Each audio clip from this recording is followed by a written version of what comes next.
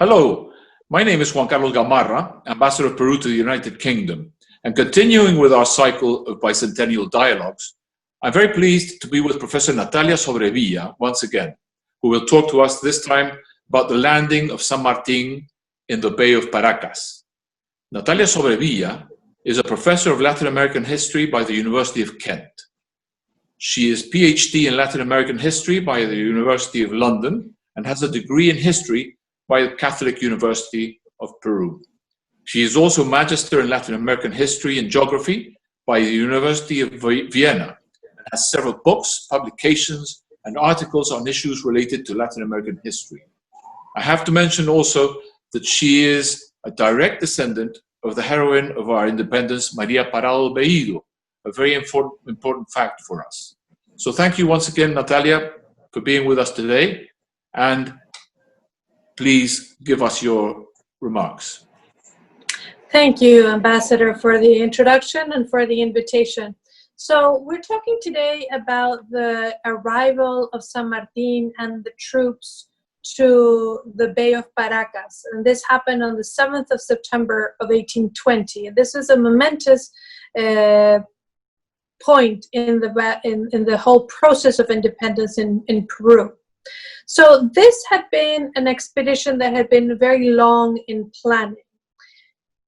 Cochrane had been trailing the coast of Peru for over a year when the disembarkment happened in 1820. So all throughout 1819, he had been traveling through several of the ports on the coast of Peru to decide which was the best place for this strategy.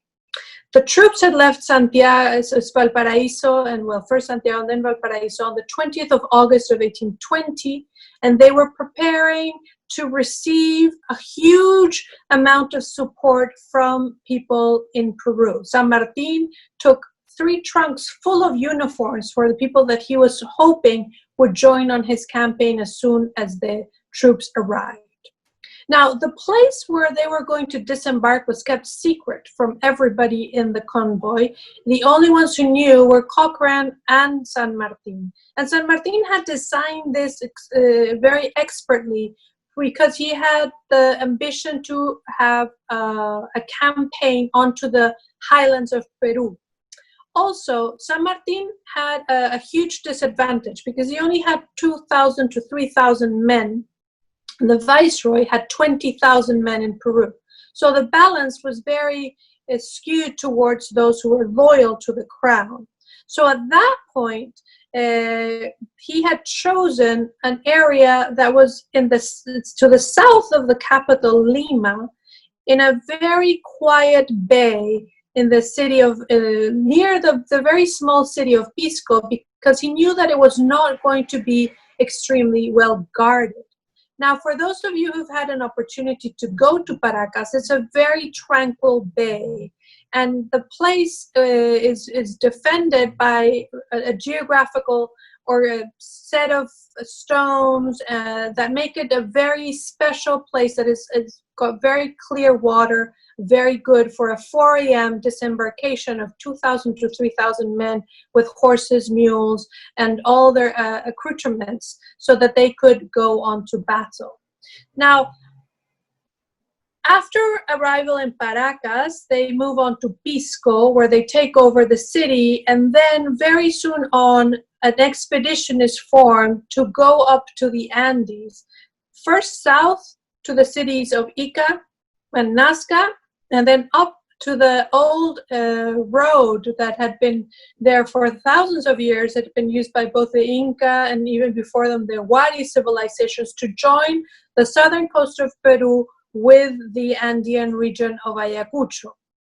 And it's this trail that a series of forces led by Álvarez de Arenales are going to be going up to the highlands and to declare independence in a lot of these cities.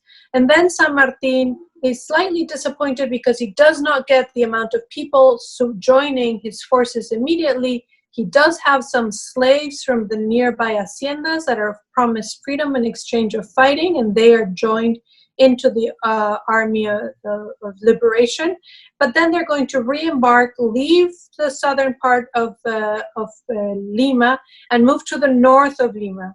And they're going to start the offensive. Now, the idea is to do a pincer movement, to have the troops come from the Andes, from behind the city of Lima. And what San Martín wanted to achieve with this is to disperse the troops, the viceroyal troops that were so numerous as opposed to his. Now, he has several things in his favor. In 1820, the cities of Ayacucho, Huancayo, Tarma are all going to declare for independence, albeit briefly. And then there's going to be a very large, very important battle in the mining city of Cerro de Pasco, which is going to be on the 8th of December of 1820. And in that moment, it is when the rear guard of the city of Lima is going to be under a lot of stress because behind them are the enemy troops. In 1820, also, Cochrane organizes the takeover of the Esmeralda, which is the most important ship in the fleet outside of Lima, in a very adventurous move, and he takes over this big ship. But also, in December 1820, the northern part of Peru, the Intendencia de Trujillo, is going to declare for independence. And that's going to be a huge coup for those who are fighting for independence in Peru. So by 1820, they control the northern part of Peru, and there is a lot of disarray in the loyalist troops. And in January 1821, they're going to be a pronunciamiento, a movement against the viceroy, whose name was Pezuela, and he's going to be expelled by the military forces. And a new viceroy is going to be named, another general, José de la Serna, who's incidentally going to be the last viceroy of Peru. And he is going to enter into conversations with San Martín. Now, both sides enter into conversations.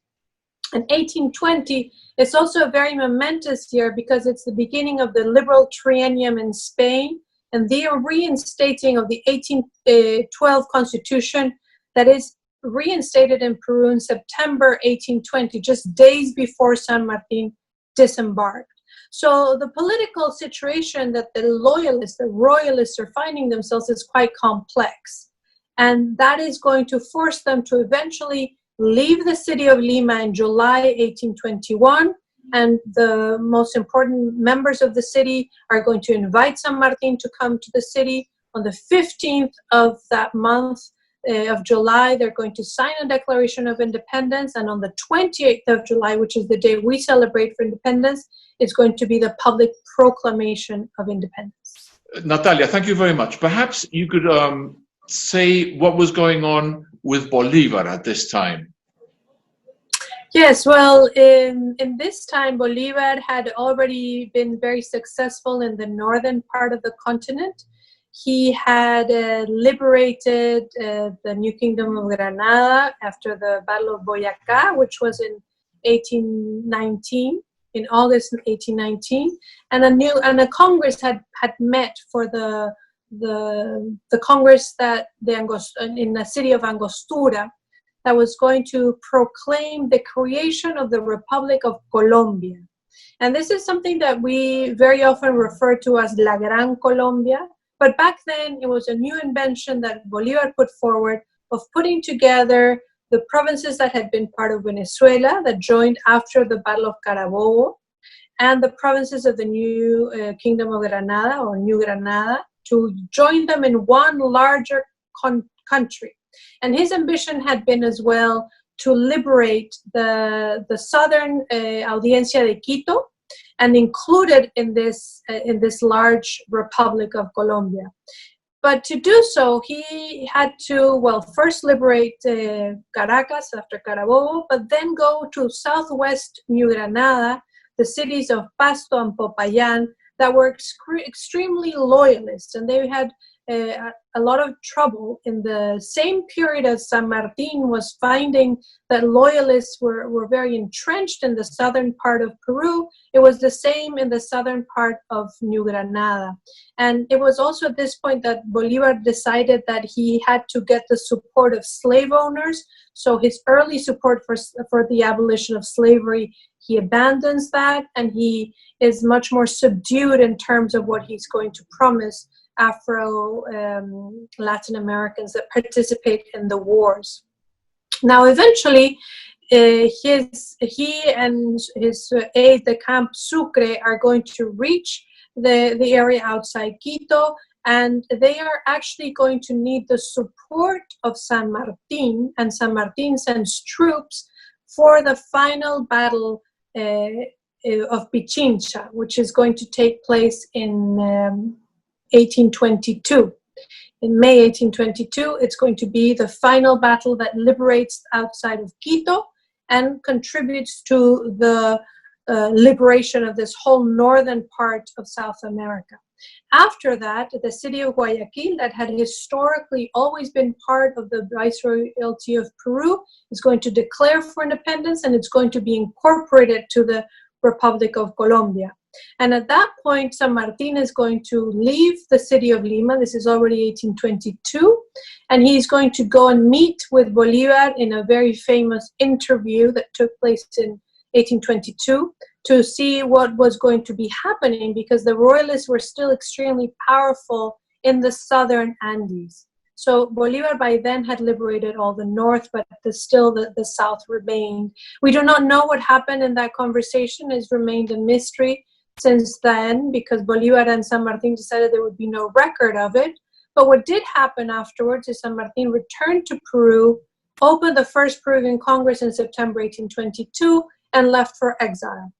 And Bolívar is going to send troops first with Sucre, and then eventually going to come to Peru in 1823 to do the final campaign that is going to be all throughout the year 1824. Thank you very much, Natalia. Excellent.